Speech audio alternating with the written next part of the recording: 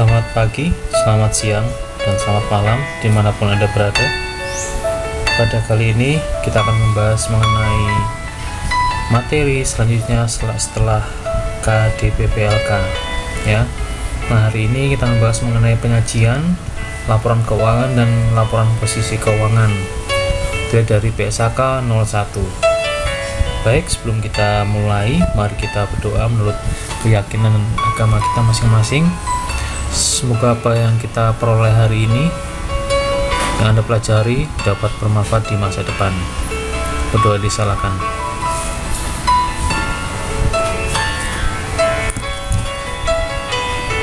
Oke, baik. Berdoa dapat diakhiri. Nah, pada kali ini kita akan membahas mengenai apa ya? Nah, ini yang pasti sudah saya tampilkan dan sudah saya sampaikan di awal tadi. Nanti kita bahas mengenai penyajian laporan keuangan ya dari PSAK nomor 1 ya. PSAK nomor 1 itu apa? Nah, nanti saya jelaskan secara detail terkait dengan PSAK nomor 1 ini ya. Yang pasti PSAK nomor 1 ini merupakan dasar atau pertama kali terkait dengan materi atau uraian dari PSAK nomor 1 ya. Nah, pada PSAK nomor 1 ini kita lihat saja materinya. Yang pasti terkait dengan posisi keuangan bagaimana, kegunaan posisi keuangan bagaimana, klasifikasi neraca, keterbatasan posisi keuangan, informasi yang disajikan oleh neraca dalam laporan keuangan PSAK nomor 1 pasal 77 ya. Jadi yang pasti PSAK nomor 1 ini di dalamnya menyajikan dan melaporkan keuangan perusahaan ya, baik perusahaan perorangan maupun manufaktur. Nah, jadi PSAK yang sudah saya jelaskan sebelumnya digunakan untuk perusahaan yang listing juga di Bursa Efek plus perusahaan-perusahaan manufaktur dan perusahaan perorangan ya, selain yang sudah memiliki laba yang cukup besar ya. Oh ya, mohon maaf teman-teman kalau misalnya dalam perjalanan saya dalam menjelaskan ada suara-suara selain musik, suara saya dan yang lainnya, mohon dimaklumkan ya. Jadi sebelah kanan saya sudah saya sampaikan lagi 6 meter atau 7 meter dari saya adalah bengkel hardtop ya. Jadi suaranya agak sedikit miris kalau dilihat ya, karena memotong besi dan sebagainya. Oke, baik, lanjut. Nah, di dalam aktivitas penyajian laporan keuangan otomatis pada dasarnya itu adalah penyajian ya. Dalam laporan keuangan otomatis dasarnya adalah apa? Penyajian. Apa yang disajikan ya? Laporan keuangan. Laporan keuangan ini siapa? Laporan keuangannya perusahaan ya. Jadi tujuan PSAK 01 ini merupakan dasar bagi penyajian laporan keuangan bertujuan umum agar dapat dibandingkan dengan entitas lainnya. Jadi apa? Kenapa dapat dibandingkan? Karena memang yang sudah saya sampaikan sebelumnya juga, laporan keuangan juga kita bisa membandingkan dengan perusahaan lainnya ya. Untuk apa? Untuk bukan sebagai kita sombong-sombongan sombong-sombongan terkait dengan hasil yang kita peroleh di periode berjalan, tapi perbandingan untuk apa? Investasi, untuk menambah investasi atau menambah pendapatan selain yang kita miliki ya. Jadi gitu.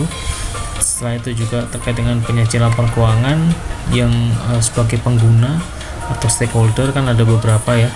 Stakeholder itu juga cukup banyak ya, ada beberapa stakeholder termasuk pemerintah atau pembayaran pajak. Nah, jangan sampai pembayaran pajak itu ya kita benar-benar menyajikan sesuai laporan keuangan sesuai dengan pajak. Jadi tidak ada manipulasi antara nominal yang ada di dalam dan yang keluar, internal dan untuk eksternal itu beda. Itu jangan sampai terjadi ya. Walaupun ada banyak perusahaan yang menggunakan hal itu, tapi ketika sudah dipajak, nah jangan sampai kita bermain dengan dua hal tersebut. Jadi kalau misalnya kita ngomong internal, nominal internal, yuk kita nominal internal. Kalau kita nominal eksternal ya jangan sampai jadi nominal internal yang digunakan untuk mencatat atau menyajikan laporan keuangan dan melaporkan pajak yang ada di perusahaan tersebut ya.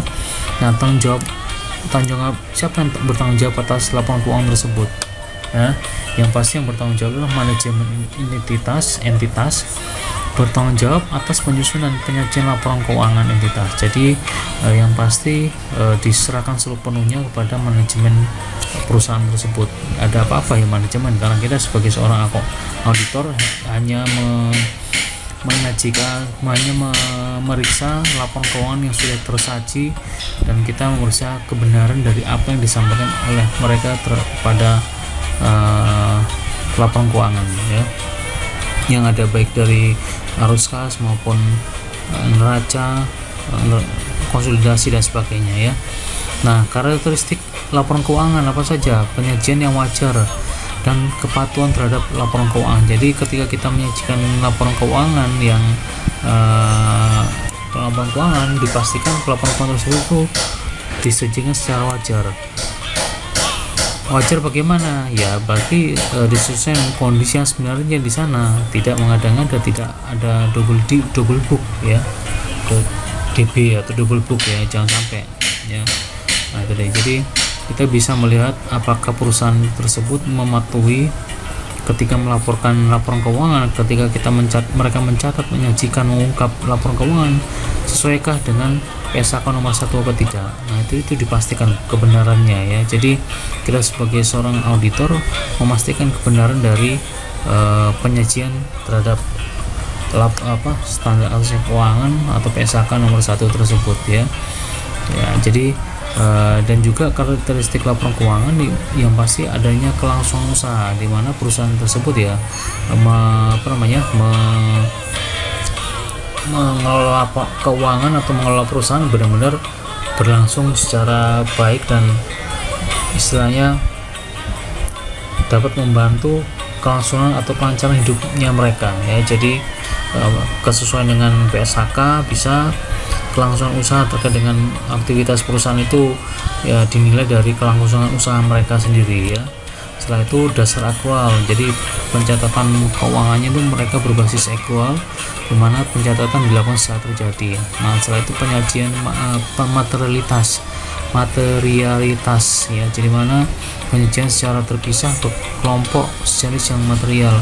Jadi ketika kita menyajikan laporan keuangan atau nominal-nominal yang besar, itu disajikan secara secara terkelompok sendiri. Tapi yang pasti jarang dilakukan ini ya, karena ketika kita ngomong materialitas, yang pasti di laporan keuangan memang ada nominal-nominal yang perkiraan yang tinggi, tapi dengan nominal-nominal yang tinggi itu ya kita pasti sesuai dengan arah atau disesuaikan dengan bagiannya mereka masing-masing. Kalau ngomong kas, ternyata kas itu lebih besar daripada itunya besar, untungnya banyak, kita sandingkan dengan laba rugi, jadi amburadul malah ya enggak begitu pengalaman, pasti akan amburadul. Nah setelah itu terkait dengan penggabungan penyajian dihubung dengan pos-pos yang sejenis ya, pos-pos yang sejenis, bukan pos pen ya, posnya ya, digabung dengan pos-pos yang sejenis dalam laporan keuangan ya. Jadi yang sejenis misalnya aktifal lancar, kalau aktifal tadi taruh di hutang lancar atau pendapatan ya masuk akal. Tapi pada prinsipnya kalau kita sudah ngomong ke harta bersama dasar akuntansi, harta sama dengan kewajiban pros modal. Jadi itu yang mendasarkan bahwa penggolongan itu disesuaikan dengan pos yang sesuai ya. Saling hapus ya, tidak diwajibkan kecuali disiarkan dan diizinkan oleh PSHK ya. Saling hapus, jadi misalkan ada salah satu perusahaan yang memang dia itu mencatat di piutang atau di utang 100 juta ya awal ya. Ketika ada transaksi terjadi, kembali terjadi transaksi, dia memperoleh atau menerima hutang sebesar 200 juta, tapi di neracanya diakui hanya 100 juta lah. Sisanya bagaimana? Nah itu jadi benar-benar dipastikan tanggal jatuh temponya dengan periode yang berjalan. Periodenya itu ada triwulan, itu 6 bulan atau 6 bulan ya, 6 bulan atau semester, dan terakhir itu terkait dengan tahunan ya. Nah itu dia, setahun sekali, dan wajib hukumnya laporan keuangan disajikan ke publik dan diperiksa oleh kantor-kantor publik ya. Fraksi pelaporan ya, fraksi pelaporan bagaimana melaporkan ya, pasti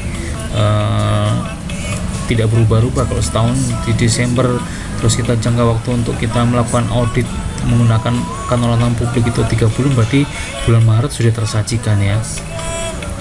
Yang pasti seluruh uraian ada di lapangan itu disajikan semuanya ke dalam pada saat kita melakukan audit di atas laporan keuangan tersebut, dan disajikan juga sebelum diaudit, disajikan juga sesuai dengan kondisi yang sebenarnya ya. Nah setelah itu ada namanya komponen laporan keuangan, ada minimum dan lengkap. Kalau minimum lebih ringkas pastinya, kalau lengkap itu jauh memang lebih lengkap. Tapi di dalam komponen tersebut ada 3 hal tersebut. Dari kedua macam ini, tipe ini disampaikan 3 hal tersebut, di mana informasi yang minim disajikan dalam laporan keuangan dapat ditambahkan jika penambahan tersebut relevan. Jadi minimal, kalau minimum kalau misalnya ternyata informasi benar-benar terurai dengan jelas dan keseluruhan semuanya ya, yang pasti akan menambah relevansi antara laporan keuangan, transaksi dan sebagainya ya. Terus penyajian dalam line atau dalam calc tergantung pada materi informasi tersebut. Jadi penyajian dalam catatan akuntansi laporan keuangan ya, catatan audit laporan keuangan tergantung pada materialitas informasi tersebut. Kalau material artinya informasi yang disajikan itu benar-benar dengan memiliki nilai nominal yang cukup besar, otomatis catatan audit itu perlu ada. Untuk apa? Untuk dipastikan bahwa ada catatan-catatan khusus. Calc itu catatan-catatan khusus terkait dengan informasi terkait dengan setiap perkiraan ya. Jadi metodenya bagaimana itu ada pencatatannya ya. Jadi uraian dari kita dan catatan-catatan kecil dari kita sajikan ke dalam laporan keuangan, itu sangat penting ya. Membiarkan aset lancar, aset tidak lancar, serta liabilitas jangka pendek dan panjang. Jadi ada perbedaan antara aset lancar, bagaimana konsepnya aset lancar, aset tidak lancar bagaimana konsepnya juga, liabilitas jangka pendek dan ataupun jangka panjang. Aset lancar apa saja, aset tidak lancar apa saja. Nah itu Anda nanti menentukan, dan saya juga nanti menjelaskan di sini ya. Aset lancar sudah disampaikan oleh Pak Arifin sebelumnya, dan aset tidak lancar juga disampaikan oleh Pak Arifin sebelumnya, serta pendek atau panjang menggunakan liabilitas jangka pendek atau panjang. Nah pada prinsipnya neraca aset liabilitas neraca sama dengan aset neraca, yaitu aset sama dengan liabilitas plus modal. Artinya apa? Ini hampir sama seperti persamaan dasar akuntansi. Harta sama dengan kewajiban plus modal. Nah, jadi untuk siapa? Untuk sumber-sumber informasi keuangan ya. Informasi keuangan terkait dengan stakeholder ya, dimana dilihat dari posisi keuangan yang ada di perusahaan tersebut ya. Kegunaan posisi keuangan neraca mengevaluasi struktur pendanaan, menganalisis likuiditas, menganalisis solvabilitas dan fleksibilitas dari kedua hal tersebut ya. Dimana kalau evaluasi struktur pendanaan itu dilihat dari perbandingan pendana itu mulai dari utang sampai dengan hutang, itu juga dianalisis ya. Jadi apakah dengan adanya utang pengembalian modalnya itu benar-benar sudah sesuai dengan angsuran yang sudah disampaikan dan ditelaah serta disetujui oleh pihak manajemen dan perusahaan. Nah itu juga perlu kita evaluasi ya. Setelah itu selanjutnya menganalisis likuiditas, yang pasti kemampuan perusahaan jangka pendek untuk apa? Untuk membayar gaji karyawan, bayar BBM, bayar PDAM, telepon atau listrik dan sebagainya. Nah selanjutnya Menilai solvabilitas ya hampir mirip dengan likuiditas, tapi lebih banyak mengarah kepada bagaimana membayar hutang jangka pendek atau jangka panjangnya ya. Jadi apakah misal jangka pendeknya tidak mencukupi, ya ini yang susah nanti ketika kita membayar hutang ya. Yang poin yang terakhir menilai fleksibilitas keuangan. Jadi dikondisikan kondisi keuangan, apakah benar-benar harus dibayar sekarang ataupun nanti bisa konco dewe dan sebagainya, itu yang juga tergantung dari fleksibilitas keuangan tersebut ya di sebuah perusahaan. Nah, klasifikasi neraca, ada neraca tidak ada lancar ya, yang lancar itu kas piutang, perlengkapan persediaan. Aset tidak lancar ada macam-macam ya, ada jangka panjang, ada jangka pendek, ada aset terwujud ataupun tidak terwujud ya, terwujud tanah, bangunan, mesin, kendaraan bermotor dan sebagainya. Dan satunya aset tidak berwujud karena tidak memiliki fisik ya, tapi hanya sebagai surat pengantar dari hak cipta ya, hak dari Kemenhukam, Kementerian Hukum dan Hak Asasi Manusia ya. Di dalamnya ada paten, hak cipta, franchise dan goodwill ya. Aset yang tidak bersifat lancar yang pasti di dalam jangka panjang biaya diperlukan jangka. Jadi ternyata ketika tidak lancar lainnya termasuk jangka panjang, piutang jangka panjang dan biaya di muka jangka panjang ya. Terkait dengan liabilitas jangka pendek ya, liabilitas jangka pendek yang pasti terkait dengan kondisi keuangan perusahaan itu menilai apakah jangka waktu pembayaran tersebut benar-benar mereka butuh duit, benar-benar harus dikerjakan dan harus dilunasi dalam jangka pendek. Berarti apa kurang dari 12 bulan ya. Kalau jangka panjang yang pasti lebih dari 12 bulan. Contohnya apa? Macam-macam ya, terkait dengan kewajiban jangka panjang atau leasing tanah atau mobil, itu sebenarnya termasuk sebagai liabilitas jangka panjang. Modal, nah modal sumber pembelanjaan perusahaan berasal dari pemilik. Jadi modal tersebut yang pasti ada kaitannya dengan ketika kita membuka pertama kali perusahaan ya. Jadi di mana perusahaan tersebut kita buka dan butuh modal. Ketika kita butuh modal, ketika kita butuh modal, tambahan modal, nah kita jadi utang bank, entah menggunakan jaminan maupun tidak menggunakan jaminan ya. Nah dia informasi yang disajikan laporan keuangan. Jadi yang pasti informasi tersebut merupakan informasi yang sudah Anda pelajari di dalam akuntansi 1, di akuntansi 2, di mana di dalam klasifikasi tersebut atau informasi yang diperoleh ada namanya macam-macam ya, ada persediaan, ada kas, ada piutang berrelasi, piutang,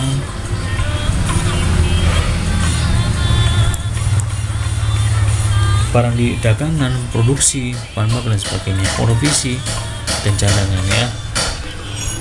Nah, informasi yang disajikan menurut PSAK nomor 1 ya berdasarkan perkiraan aset tetap, properti, investasi, aset tidak berwujud, aset keuangan, investasi dan sebagainya. Jadi memang di sini merupakan investasi atau informasi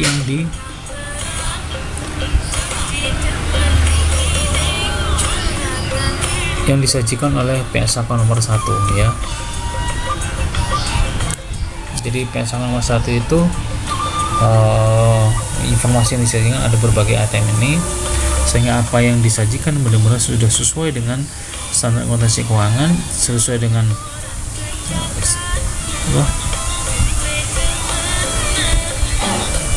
sesuaikan dengan ini ya, kondisi keuangan yang ada di perusahaan ya. Itu dari saya, semoga aja bermanfaat.